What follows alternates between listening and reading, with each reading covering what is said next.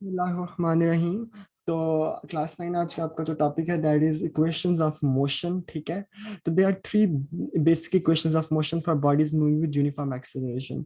तो तीन equations of motion है जो हमने स्टडी करनी है, ठीक है, और उनको हम लोग डिराइव भी करेंगे। ठीक है, तो तीन इक्वेशंस आएंगी बेसिकली हमारे पास। अब एक चीज, पहली चीज देख लें जो उनके लिए बता रहे हैं, वो यूनिफॉर्म एक्सेलरेशन है। ठीक है, लेकिन बॉडी की वेलोसिटी एक कांस्टेंट रेट के साथ इंक्रीज हो रही हो ना, तो यूनिफॉर्म एक्सेलरेशन होती है। ठीक है, ये आप पढ़ चुके हैं। यूनिफॉर्म एक्सेलरेशन के लिए आप वेलोसिटी टाइम ग्राफ भी देख चुके हैं। ठीक है ना, आपको पता है कि भाई यूनिफॉर्म एक्सेलरेशन के लिए इस तरह का आपके पास वेलोसिटी टाइम ग्राफ आता है। ठीक है, तो ये आप देख चुके हैं। These equations relate initial velocity, final velocity, acceleration, time and distance covered by a moving body। ठीक है, तो ये चीज इन इक्वेशंस के अंदर कौन से वेरिएबल्स आ रहे होंगे? वो वेरिएबल्स उनसे हम आ रहे होंगे इनिशियल वेलोसिटी, फाइनल वेलोसिटी, ठीक है, एक्सेलरेशन आ रहा होगा, टाइम आ रहा होगा, और डिस्टेंस आपके पास जो कवर कर रहे होंगे ना वो आ रहा होगा। ठीक है ना, तो क्या हमारे पास है कि इन इक्वेशंस के अंदर जो आपको वेरिएबल्स मिलेंगे वो ये होंगे। ठीक है ना, इन्हीं से मिलकर इक्वेशन बनी हुई होंगी। ठीक है, तो to simplify the derivation of these equations, तो अगर हम लोग इनकी जो डेरिवेशन है उनको सिंप्लीफाई करने के लिए क्या करते हैं, वे assume that the motion is along the straight line. तो हम लोग ये अज्यूम करते हैं कोई भी बॉडी है जिसके लिए इक्वेशन हम लोग ड्राइव कर रहे हैं, तो वो स्ट्रेट लाइन में कोई बॉडी मूव कर रही है ना, तो उसके लिए इक्वेशन है। ठीक है, तो यानी कि एक स्ट्रेट लाइन के ऊपर, यानी कि स्ट्रेट लाइन मोशन। ठीक है, आपने टाइप्स ऑफ मोशन भी देखी होंगी। ठीक है, फॉर एग्जांपल अगर ये कोई भी व्हीकल है, ठीक है, तो एक स्ट्रेट लाइन पे मूव कर रही है, तो उसके लिए एक चीज ये वैलिड है इक्वेशन। ठीक है, hence we consider only the magnitudes of displacement, velocity and acceleration। तो आपको पता है जब भी कोई बॉडी स्ट्रेट लाइन में मूव कर रही होगी तो उस केस के अंदर अगर सिर्फ उसका मैग्नीट्यूड ही कंसिडर कर लिया जाए तो भी इनफ है। ठीक है, तो क्या उसे कहते हैं, उस यानी कि अगर डिस्प्लेसमेंट वैसे तो वेक्टर है लेकिन हम लोग उसका सिर्फ मैग्नीट्यूड कंसिडर करेंगे। ठीक है, वेलोसिटी वैसे तो वेक्टर है लेकिन हम लोग सिर्फ मैग्नीट्यूड कंसिडर करेंगे। इसी तरह एक्सेलरेशन वेक्टर है लेकिन हम लोग इसका मैग्नीट्यूड ही कंसिडर करेंगे क्योंकि वो स्ट्रेट लाइन में मूव कर रहा है, तो हम लोग ऐसा कर सकते हैं। ठीक है ना, तो उस केस में कोई डायरेक्शन की इतनी वो क्या से कहते हैं इंपॉर्टेंस नहीं रह जाती। ठीक है, तो consider a body moving with initial velocity vi in a straight line with uniform acceleration a. ये तो आप पहले देख चुके हैं कि यूनिफॉर्म एक्सेलरेशन ए होगा। ठीक है, इनिशियल वेलोसिटी फर्स्ट करें कि भाई ये जो गाड़ी है ना कोई भी बॉडी हो सकती है। ठीक है, फॉर एग्जांपल हमको गाड़ी ले रहे हैं, फर्स्ट कहते हैं ना किसी इनिशियल वेलोसिटी vi से, वो फॉर एग्जांपल 20 मीटर्स पर सेकंड है, 30 है, व्हाटएवर जो भी है। ठीक है, और वो यूनिफॉर्म एक्सेलरेशन से मूव कर रही है, यानी कि उसकी वेलोसिटी एक कांस्टेंट रेट के साथ इंक्रीज हो रही है। ठीक है, अच्छा फिर क्या होता है? अब क्या होता है कि थोड़ी देर बाद जब उसकी जो यूनिफॉर्म एक्सेलरेशन के साथ चूंकि बॉडी मूव कर रही थी, तो कुछ टाइम के बाद उसकी जो वेलोसिटी फर्स्ट करें वो वीएफ बन जाती है। ठीक है, इनिशियल वेलोसिटी वी थी और कुछ टाइम के बाद उसकी वेलोसिटी वीएफ बन गई है।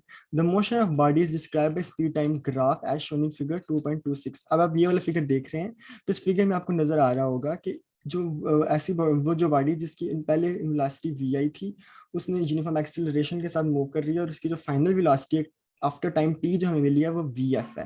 ठीक है, ये उसका आपके पास स्पीड टाइम ग्राफ आ गया। स्पीड टाइम ग्राफ या वेलोसिटी टाइम ग्राफ एक ही बात है कि स्ट्रेट लाइन मोशन है ना, तो हमने पहले कहा था, तो आपने इधर स्पीड लिख लिया। ठीक है, तो आप हमारे पास ये वी एफ है, ये वी है, यानी कि इसने यहाँ पे किसी इनिशियल वेलोसिटी से स्टार्ट किया था, कुछ टाइम टी गुजरा है और उस टाइम टी के गुजर जाने के बाद हमारे पास जो सा है उसकी वेलोसिटी एक वी एफ होगी, यानी कि स्टार्ट हमने वी आई से और कुछ टाइम के बाद वी एफ होगी और वो मूव यूनिफॉर्म एक्सेलरेशन से कर रही थी। ठीक है, तो आपने पीछे भी देखा है तो इसके लिए ग्राफ हमारे पास कैसा होगा। ठीक है, जो ये वाला केस है जो आपने पीछे देखा होगा स्पीड टाइम ग्राफ के अंदर, यहाँ पे क्या था कि यहाँ पे इनिशियल वेलोसिटी जीरो है। ठीक है ना, अगर यहाँ पे वेलोसिटी लें, यहाँ पे टाइम ले लें, यहाँ पे इनिशियल वेलोसिटी जीरो है और जीरो से स्टार्ट होकर कोई ना कोई फाइनल वैल्यू वेलोसिटी आई है। ठीक है ना, कोई कोई भी फाइनल वेलोसिटी आ जाएगी, फॉर एग्जांपल इस पॉइंट पे अगर हम बात करते हैं। लेकिन इस केस में क्या है कि जब ग्राफ इधर से स्टार्ट हो रहा है इसका मतलब है इनिशियल वेलोसिटी जीरो नहीं है, यानी कि बॉडी ने रेस्ट से स्टार्ट नहीं किया। ठीक है, तो अब क्या होता है, अब वो कहते हैं कि motion of a body is describe by speed time graph as shown in figure 2.26 by line A B. अब ये लाइन ए बी उसका मोशन है ना वो डिस्क्राइब कर रही है। The slope of line A B is acceleration a. तो आपको पता है स्लोप क्या होती है, किसी भी ग्राफ की जो स्लोप होती है ना हमारे पास, ये याद रखें, जो स्लोप होती है ना दैट इज उसके वाई एक्सिस पे जो होता है, यानी कि चेंज कोई भी change in Y over change in X. ठीक है, तो ये आपके पास स्लोप होती है, यानी कि कोई भी अगर स्ट्रेट लाइन के ऊपर आप दो पॉइंट पकड़ लेना, तो कितना वाई में चेंज आया है और कितना एक्स में चेंज आया है इसको आप डिवाइड कर देंगे ना तो आपके पास स्लोप आ जाएगी। तो इसमें जो सा आप देख लें एक्स में कितना चेंज आया है कि एक टाइम चेंज हो रहा है ना, आपके पास जीरो टाइम से हम लोग किसी टाइम के ऊपर पहुंच गए हैं।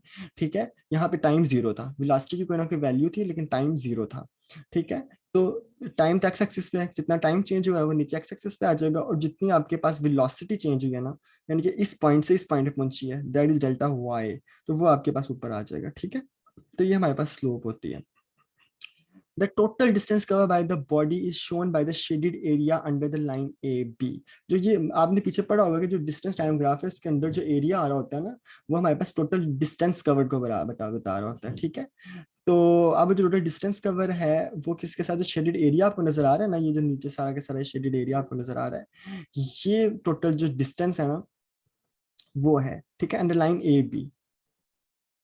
Equation of motion can easily be obtain from this graph, और इक्वेशन ऑफ मोशन को हम लोग इस ग्राफ से इजीली ऑब्टेन कर सकते हैं। ठीक है, तो अब फर्स्ट इक्वेशन ऑफ मोशन जो सी है ना, हम उसकी तरफ मूव करेंगे। ठीक है,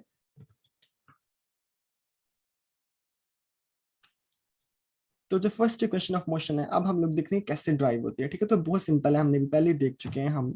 ठीक है, तो इसमें क्या है हमारे पास, आप देख लें कि slope of line A B gives acceleration, हमने पीछे बात की है, मैंने आपको बताया ना कि भाई जो स्लोप, आप देखें ना स्लोप, मैंने क्या आपको बताया था कि स्लोप होती है delta Y by delta X. ठीक है, एक्सेलरेशन क्या होती है आपके पास, एक्सेलरेशन ये है ना चेंज इन वेलोसिटी, तो ऊपर वेलोसिटी यानी कि अब डेल्टा वाई में वेलोसिटी का चेंज आएगा, नीचे जो डेल्टा एक्स है, सॉरी डेल्टा एक्स यानी कि जो एक्स एक्सिस पे है उसमें टाइम का चेंज आएगा, तो वो एक्सेलरेशन ही बनेगी, ये हमने पीछे देखा है।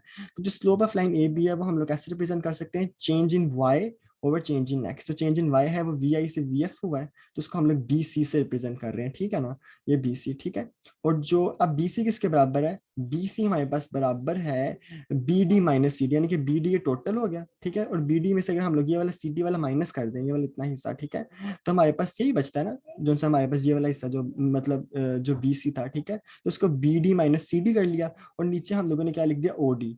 ठीक है, जो ए सी हमारे पास ओ डी के ही बराबर है, इधर के ए सी रिप्रेजेंट हुआ है, तो ये नीचे ओ डी ही है ये। ठीक है, तो ये आपके पास नीचे ओडी आ गया। ठीक है, बस स्लोप को यानी कि स्लोप से हमने स्टार्ट किया। अब इसमें बीडी देखें, बीडी आपके पास क्या है, ये टोटल यहाँ से लेके यहाँ तक ये बीडी है ना, यानी कि यहाँ पे जो वाई पे इसकी क्या वैल्यू आ रही है, वी एफ वैल्यू आ रही है, यानी कि बीडी वी एफ के बराबर है, तो यहाँ पे बीडी आपने वी एफ कर दिया।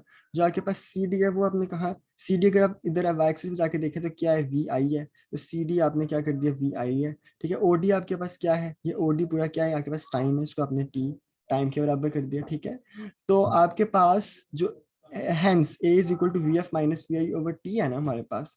ठीक है, तो आपने ये चीज देख ली कि जो ए है ना आपके पास, वो v f minus v over t के बराबर है। कैसे, क्योंकि आपने ए देखा था, वो ये चीज है। ठीक है, ए आपके पास, ये मैंने बी डी की जगह आपने क्या पुट कर दिया, वी एफ जो कि इधर लगाया है, बी डी की जगह वी एफ पुट कर दिया। इसी तरह सी डी की जगह वी आई, इधर सी डी की जगह वी आई पुट कर दिया। इसी तरह ओ डी की जगह टाइम पुट कर दिया। तो आपके पास ये एक चीज आ गई है, a is equal to v f minus v i over t. ठीक है, अब इसको रीअरेंज करें अगर आप, ठीक है, तो क्या होगा, ये टी नीचे डिवाइड हो जाएगा, मल्टीप्लाई हो जाएगा, a t is equal to v f minus v i, ऐसे है।